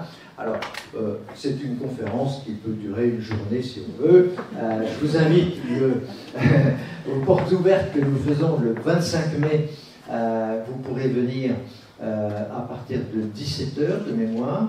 Il y a un concert, puis on va faire des petits ateliers pour présenter la pensée de Teilhard de Chardin sous différents angles. Donc si ça vous intéresse, venez le 25 mai. Alors, qu'est-ce que Teilhard de Chardin nous dit? Il nous dit, oui, l'évolution, l'homme est la flèche pensante de l'évolution, voulue par Dieu, qui va quelque part. C'est là que Teilhard de Chardin nous met une fin de l'humanité qui est le retour à Dieu. Et donc, on a, avec Teilhard de Chardin, cette idée qu'on peut avoir à traverser des épreuves terribles dans la vie personnelle, ou toute l'humanité, avec des guerres. Lui, il a vécu la guerre de 14 dans les tranchées, hein, il était brancardier dans les tranchées, donc il a vu un tout petit peu de quoi ça retourne, et il a réussi à rebondir par cette espérance. En fait, le mot-clé, c'est l'espérance, qui, évidemment, résonne bien dans cette année jubilaire. Et l'espérance, c'est avoir un horizon plus haut que simplement le niveau des pâquerettes, donc à nouveau horizontalisation versus transcendance, mais c'est aussi être dans l'action. On n'est pas là uniquement pour regarder les choses se faire en espérant que. On est dans une espérance active. Et donc Teilhard de Chardin a très bien décrit ces notions d'espérance, et je vous passe quelques éléments pour décrire simplement la fin. L'amour de Dieu et l'amour entre les hommes, c'est l'énergie qui conduit le monde. C'est pas la techno, et c'est là où la grosse erreur peut être faite, c'est de donner aux technos une importance dans nos vies, dans la vie de l'humanité, et d'espérer, derrière le technosolutionnisme, d'espérer beaucoup plus qu'elles ne peuvent donner. Elles restent des outils, et il faut se souvenir toujours que c'est l'amour de Dieu et l'amour entre les hommes qui est l'énergie qui conduit le monde et qui permettra ce retour à Dieu. Voilà, donc je termine. Vous trouverez dans les slides qui sont à votre disposition une bibliographie avec des choses grand public, faciles à lire. Vous voyez ici, ces livres-là sont assez faciles à lire, un petit peu plus difficiles. Bon, il y en a un peu pour tous les goûts et tous les niveaux dans cette bibliographie. Sur Teilhard de Chardin, même chose, vous trouverez des choses de différents niveaux de difficulté. Et puis, voilà le contact Centre Teilhard de Chardin. Vous pourrez aller voir notre site et vous abonner à la newsletter, comme ça vous serez au courant de ce qui s'y passe. Voilà, je vous remercie de votre attention. Il y a quelques livres sur la table au fond. Je suis prêt à les dédicacer pour ceux que ça intéresse. Évidemment, ils sont en lien avec tout ce qui a été dit ce soir. Avant les applaudissements, je vois quand même qu'il y a quelques questions à poser. Oui.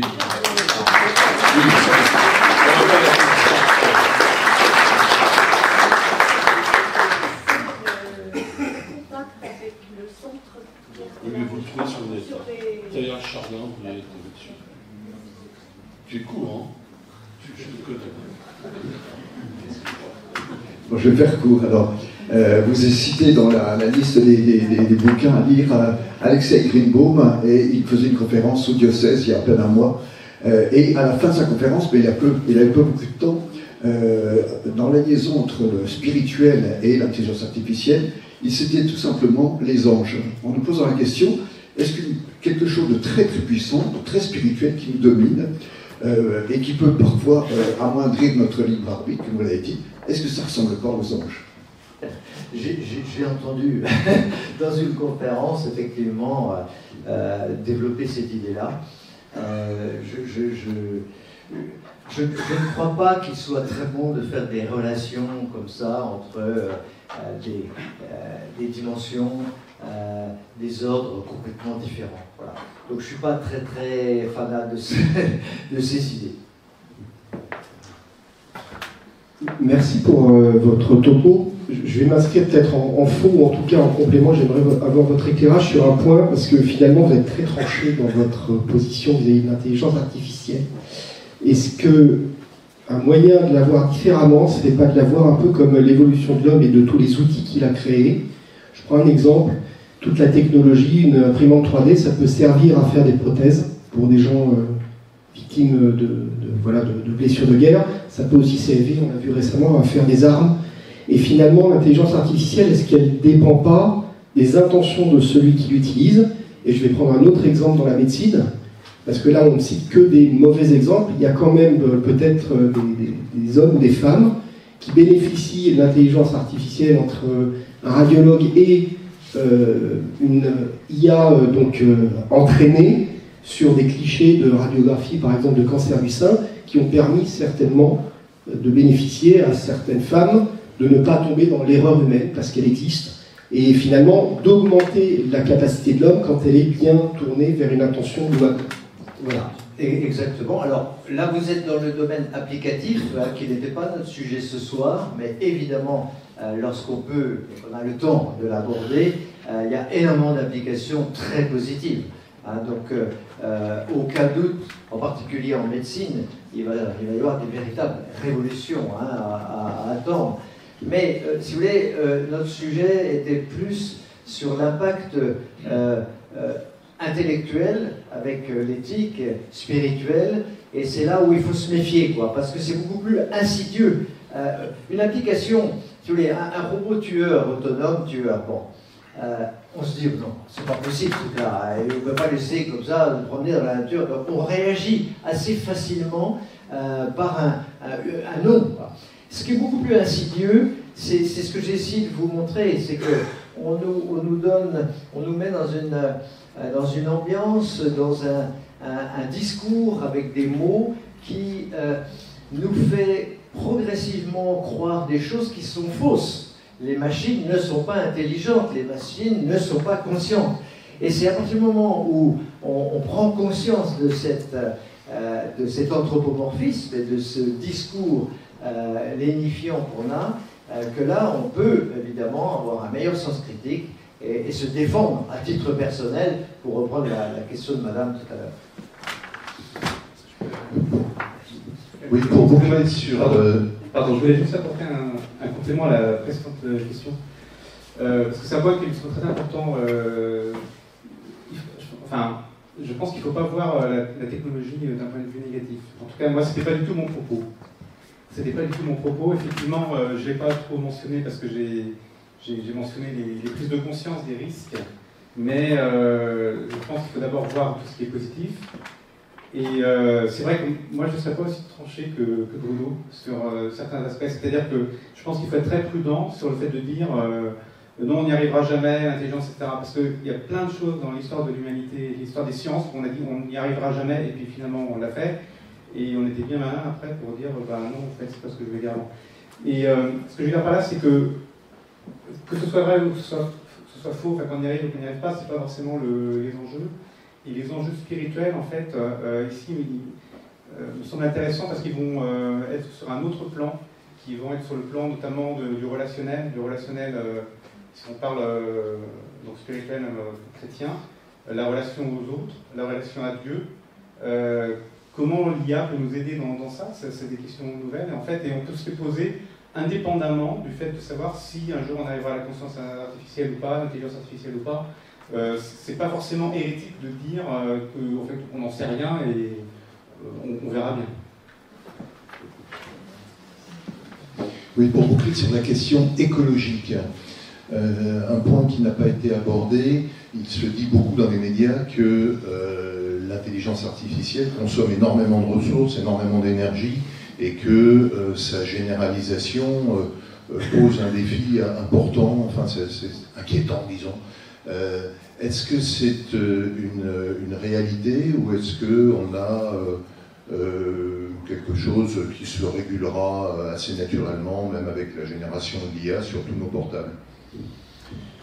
Alors, la réponse, c'est quand même d'abord de dire que faire un prompt sur ChatGPT, ça consomme beaucoup plus que de faire une simple requête sur Google, qui lui-même consomme beaucoup plus que d'envoyer un petit message en disant « oui, je viendrai ce soir ». Donc il y a des facteurs de 1 à 100, si vous voulez. Hein. Donc c'est pas du tout à la marge, hein. C'est quand même très nettement plus consommateur. Pourquoi? Parce qu'à la fois, il y a répondre au prompt, à la question que vous posez, mais il y a eu aussi tout cet apprentissage, comme je disais, avec des milliards de facteurs, et on fait tourner les machines pendant des heures et des heures, à utiliser ces fameux data centers qui contiennent toutes les données que vous voulez bien mettre sur Internet. Donc déjà, par construction, c'est beaucoup plus énergivore, c'est certain.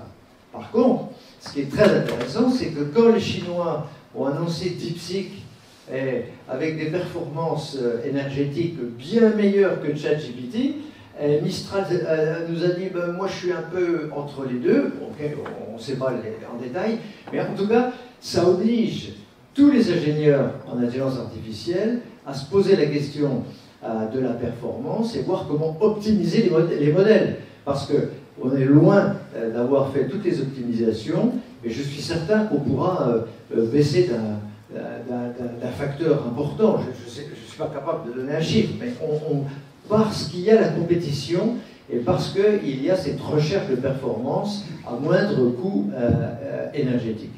Voilà. Donc, vous voyez, c'est une réponse un peu entre deux. Alors, ce que je proposais pour libérer ceux qui veulent partir, d'applaudir nos intervenants. On va pas l'oublier. Voilà. Évidemment, vous pouvez rester, continuer à poser vos questions, débattre, il n'y a pas de souci. Nous restons là. Voilà. Mais sachez que vous êtes, c'est à quoi on est engagé. À 22h15, on vous libère, pour ceux qui veulent partir. Est-ce qu'il y a d'autres questions? Voilà.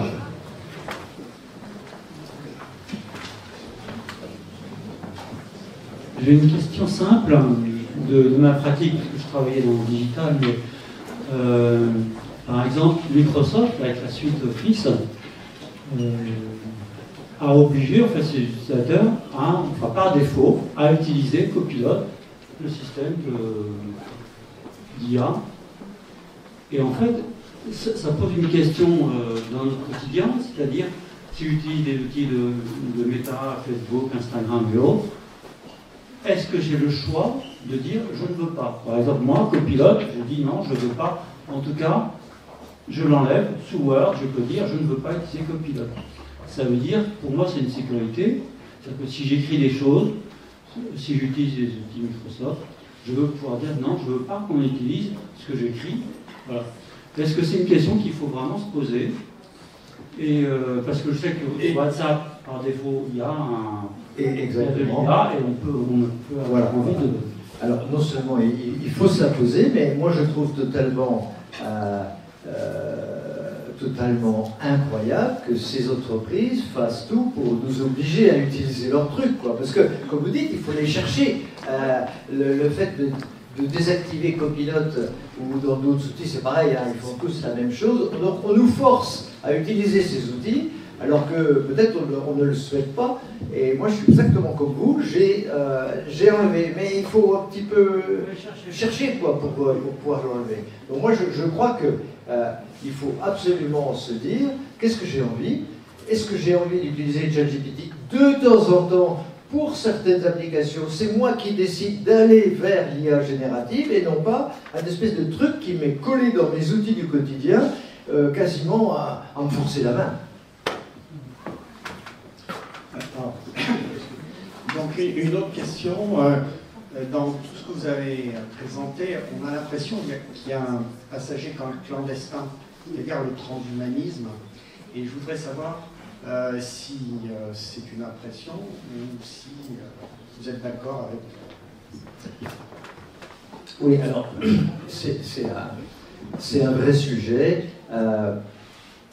J'ai enlevé une partie qui était justement sur les techno-religions. Donc demain, au Centre Teilhard de Chardin, venez et vous aurez un spécialiste des techno-religions. Les techno-religions sont essentiellement le transhumanisme et l'Institut qui travaille ces sujets-là n'est pas qu'un truc scientifique, peut-être un peu loufoque. Non, non, ils ont la volonté de véritablement déployer leurs idées dans le monde. Donc c'est absolument dangereux parce que, là encore, ils peuvent utiliser des biais, des choses extrêmement insidieuses et nous amener dans ce type de philosophie qui est toujours basée sur l'homme peut s'améliorer, doit s'augmenter par tous les moyens possibles. L'augmentation de l'homme est une bonne chose pour pouvoir lutter contre les outils. Donc il justifie l'augmentation par le fait qu'il y a la compétition avec les systèmes d'intelligence artificielle. Mais donc ça veut dire que la nature humaine, le propre de l'homme, ce qu'on a essayé un petit peu de dire à l'instant, le propre de l'homme est complètement bafoué, puisqu'à ce moment-là, on nous met d'office au niveau des machines, en compétition avec, et on oublie donc tout ce qui est le propre de l'homme et qui n'est pas justement entré dans les machines aujourd'hui. Et bon, François pense que peut-être demain, bon, il faut être prudent. Vous avez compris qu'on n'a pas exactement la même opinion. Alors les techno-religions, c'est un vrai sujet. Il n'y a pas que le transhumanisme, le post-humanisme, même chose, et puis d'autres qui véhiculent, comme j'ai dit, libertarisme. C'est tout le New Age emballé de techno qui se trouve là derrière. Et je crois qu'il y a une chose importante, c'est que dans le vide spirituel de certains pays de notre époque, eh bien, ces idéologies trouvent tout l'espace pour rapporter des réponses aux gens. Vous voyez, donc en fait, l'enjeu, je crois, pour notre pape et pour nous tous, c'est de dire, attention, ne laissons pas et ne soyons pas timides dans notre discours et dans les choses que nous disons à droite à gauche, parce que sinon, ce vide, si on le laisse vide, ça va être rempli par tous ces machins-là. Donc on a un gros travail pour un peu renverser la vapeur. Y a-t-il d'autres questions? Oui.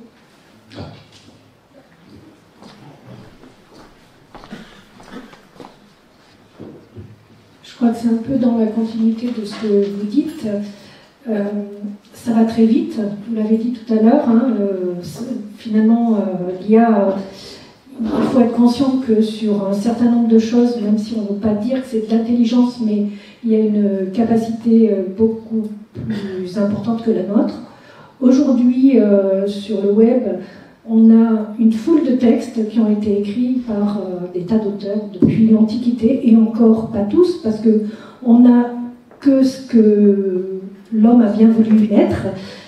Donc je pense qu'il y a des failles, mais progressivement, ça va se remplir par des textes qui, eux, sont générés par l'IA, et qui va tellement vite qu'à un moment donné, on va avoir finalement plus de textes générés par l'IA que de textes écrits par des auteurs, des gens qui écrivent encore, puisque vous écrivez, d'autres écrivent, bien sûr. Exactement. Et qu'est-ce qu'on fait, quoi? Et comment, pour moi, c'est un appauvrissement, voire, vous avez parlé d'horizontalité, mais oui. Voilà. Donc vous avez tout à fait raison. Une prédiction que j'ai lue récemment, je cherche le chiffre pour ne pas vous dire de bêtises, je sais que 60 à 70% de tous les contenus Internet seront générés par ces outils dans quelques années. Évidemment, c'est une prévision, donc ça vaut ce que ça vaut. Mais c'est pour dire que tous ces robots qui vous envoient des messages, qui mettent des choses sur les réseaux sociaux, TikTok, par exemple, hein, vous avez vu cette émission sur Arte, qui était très intéressante, il y a à peu près un mois, sur TikTok, et c'est absolument effrayant.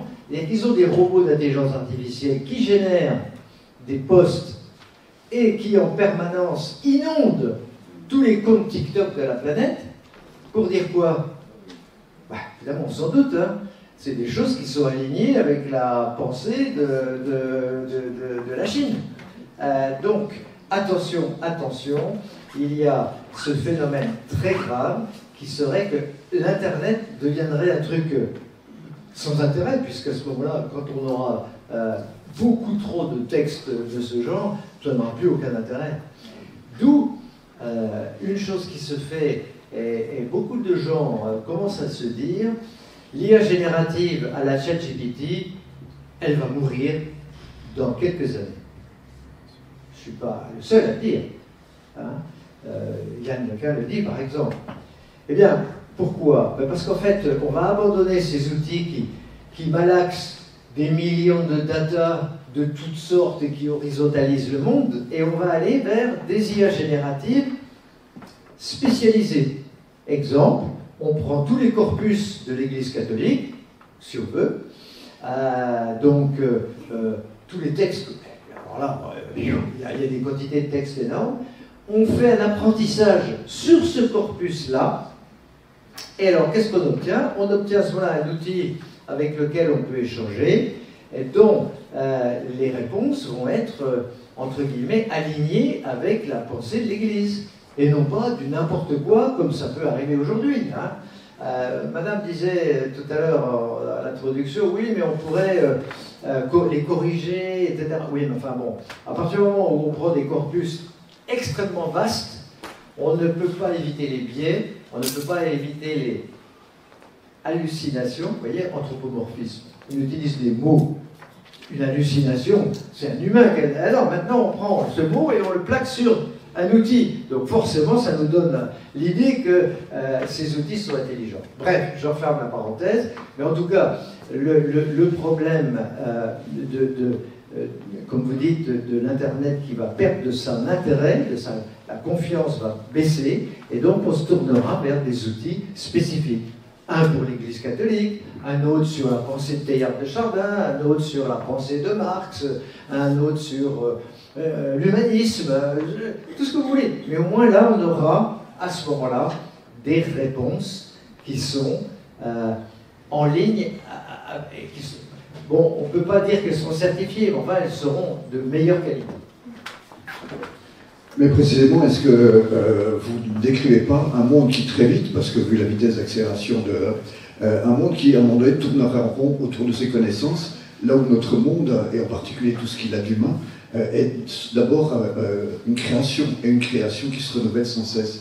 Et donc finalement, est-ce que ce n'est pas une invitation, ce que vous venez de dire ce soir, à précisément reprendre tout ce travail qu'on a un petit peu oublié, parce que la facilité des outils, elle était là, mais tout un travail finalement reprenant un petit peu les fondamentaux de ce que vous avez décrit, de l'anthropologie, voilà. C'est ça, exactement. Donc merci, c'est exactement le sens de tout ce que j'ai essayé de dire en peu de temps. C'est-à-dire que cette intelligence artificielle qui arrive nous oblige à une réflexion sur le propre de l'homme. Qu'est-ce qui fait que nous sommes des êtres humains qui vivons ensemble, plus ou moins dans la douleur, la difficulté, mais enfin, repenser, réfléchir à nos spécificités humaines et se développer sur ces spécificités humaines qui ne sont pas dans la machine. C'est pas la peine de se mettre en concurrence avec une machine à calculer pour faire des additions et des multiplications. On s'est perdu d'avance. Pareil pour ChatGPT. On ne va pas faire une synthèse de 5 documents en une minute. Aucun humain sur Terre n'est capable de le faire. Donc, ok, ça c'est foutu, entre guillemets. Par contre, moi je suis un être humain. Qu'est-ce que je dois développer? Ma créativité, ma sensibilité, mon sens de l'humain, du relationnel, ma relation au cosmos, à la nature et à Dieu.